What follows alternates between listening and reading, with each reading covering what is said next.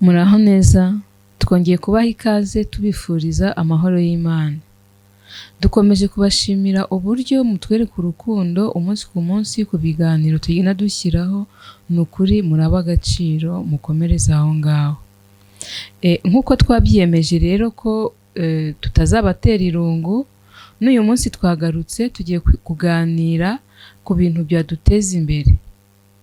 Ese birashoboka ko ushobora kwiyungura ubwenge bwaguteza imbere kandi utagiye mu ishuri? Aha ngaha nibyo tugiye kurebera hamwe, dukurikira ikiganiro turagenda dukuramo ibisubizo uko ikiganiro kiri bujye kigenda, ariko namwe bitabujije ko mwatanga inyunganizi yanyu uburyo ibintu byakorwamo. Kuko mpora ibi ari ibitekerezo byanjye bitavanaho ibyanyu. Nese ni gute ushobora kwiyungura ubwenge kandi utagiye mu ishuri?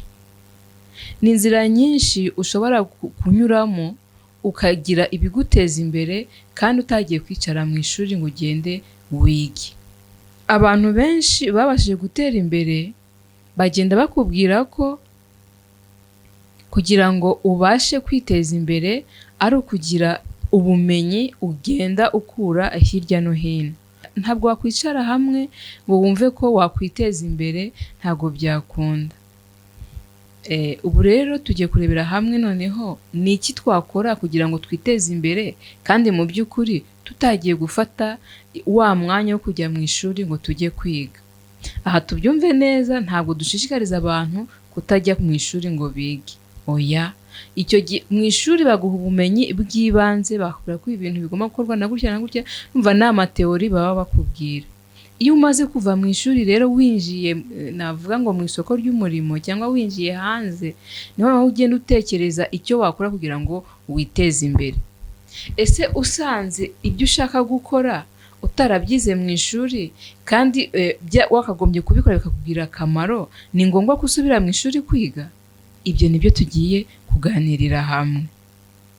Ikintu wakora cya mbere mu kwiteza imbere utagiye mu ishuri ni ugufata umwanya ugasoma ibitabo.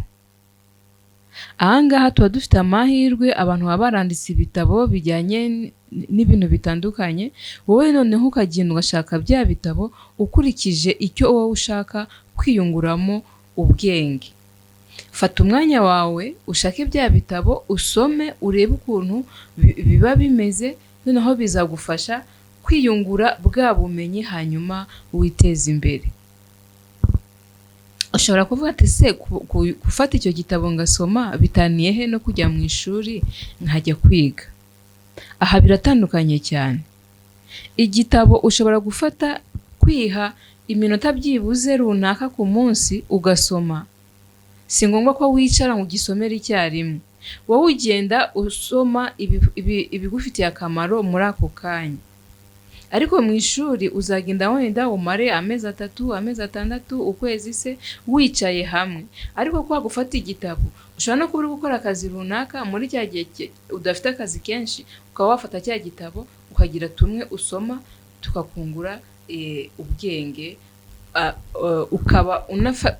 ukaba na wa mwanya wo kujya kwicara mu ishuri wawusevinze, ahubwo uri kwikorera akazi cyangwa se uri gukora ibindi byaguteza imbere. Ikindi wakora kugira ngo ubashe kwiteza imbere ni ugusoma ibinyamakuru bivuga ku kwiteza imbere. Hari abanditsi benshi baba barahisemo ikintu runaka, ugasanga bamwe bari kwandika ku bukungu, abandi bari kwandika ku myidagaduro, abandi bari kwandika kuri siporo n'ibindi n'ibindi. Wowe rero bya binyamakuru uzasoma ni bya bindi bijyanye n'ibyo wowe ushaka gukora.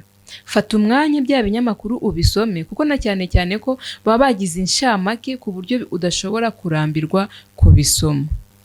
Ushobora kudasoma bya bitabo, ushobora kudasoma bya binyamakuru, ariko ukaba uzi neza ko kuri radiyo runaka, ku isaha runaka, batambutsaho ikiganiro kijyanye n'ubukungu cyangwa se no kwiteza imbere. Wajya ufata umwanya cya kiganiro ukacyumva, ukumva uko ugomba gukora kugira ngo ubashe kwiteza imbere. Nabwo rero urumva ko muri wa mwanya mukeya wafashe wo kumva cya kiganiro kiri kuri radiyo runaka cyangwa se televiziyo runaka, ntabwo bihwanye na wa munsi wose uzamara wicaye ku ntebe y'ishuri bari kukwigisha, kuko ikiganiro niyo cyamara igihe kinini nticyarenza isaha cyangwa se isaha n'igice, ariko nujya mu ishuri bizasaba ko ugenda mu gitondo ukageza nimugoroba cyangwa se kugeza saa munani.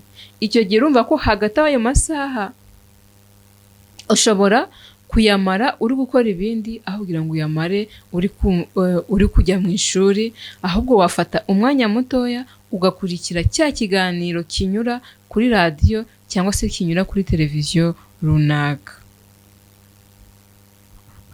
Ikindi wakora ni ukugira inshuti zateye imbere. Aha bishatse kuvuga ko uba ufite inshuti zateye imbere zishobora kugenda zikungura ubwenge zikakubwira experience zaciyemo ku buryo aho zigeze nawe wabasha gutangira nk'uko nabo batangiye, bagenda bakubwira uko byagenze, uko inzira zari zimeze, ese imitego bagiye bahura nayo, ugasanga noneho wowe birakoroheye kuko ufite ubikubwira kandi noneho ubirimo neza wabikoze, uzi neza imbogamizi yahuye nazo, uzi neza aho ashobora gukora cyane kugira ngo yiteze imbere. Ikindi ushobora gukora ubu ngubu byaroroshye, ushobora gukura ubumenyi ku mbuga nkoranyambaga. Ubu ngubu ni gake gashoboka ko ushobora gushaka ikintu kuri interinete ngo ukibure. Wa mwanya rero w'amasaha runaka wakagombye kumara mu ishuri, fata iminota 30 cyangwa se isaha ujye ku mbuga nkoranyambaga ushakishe ibyo wowe ushaka gukora, hanyuma uhigire ubumenyi bwagufasha muri bya bintu ugiye gukora. Hano hari imbuga nkoranyambaga nyinshi wasangaho amakuru n'ubumenyi bw'ibanze mu by'ubukungu.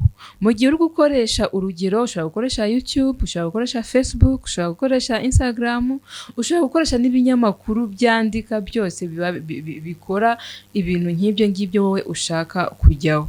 Icyo wowe usabwa ni ukugira umwete, ugashirika ubute, ukagenda ukashaka ikintu ushaka gukora, noneho ukareba uburyo gikorwamo, ukareba imbogamizi, ukareba imitego wahura nayo kugira ngo cya kintu kibashe gukorwa. Tumaze kureba bimwe nubwo atari byose, ariko reka tube tugarukiye ahangaha kugira ngo ibyo ari byo byose y'ibintu binabaye byinshi hari igihe umuntu abirambirwa, ariko muri komenti mutubwire uburyo mubyumvise, cyangwa se niba hari ubundi namwe buryo mwatubwira twakwifashisha mu kwiteza imbere tutarinze twajya kwicara umwanya munini mu ishuri turi kwiga. Twongeye kubashimira uburyo mukomeje kutugaragariza urukundo mukurikira ibyo dushyira kuri uyu muyoboro, kandi tubijeje ko n'ubundi tugiye gukomeza kubashakira ibikomeza kubateza imbere kugira ngo twese hamwe twungurane ibitekerezo, twungurane inama ku byaduteza imbere. Murakoze cyane.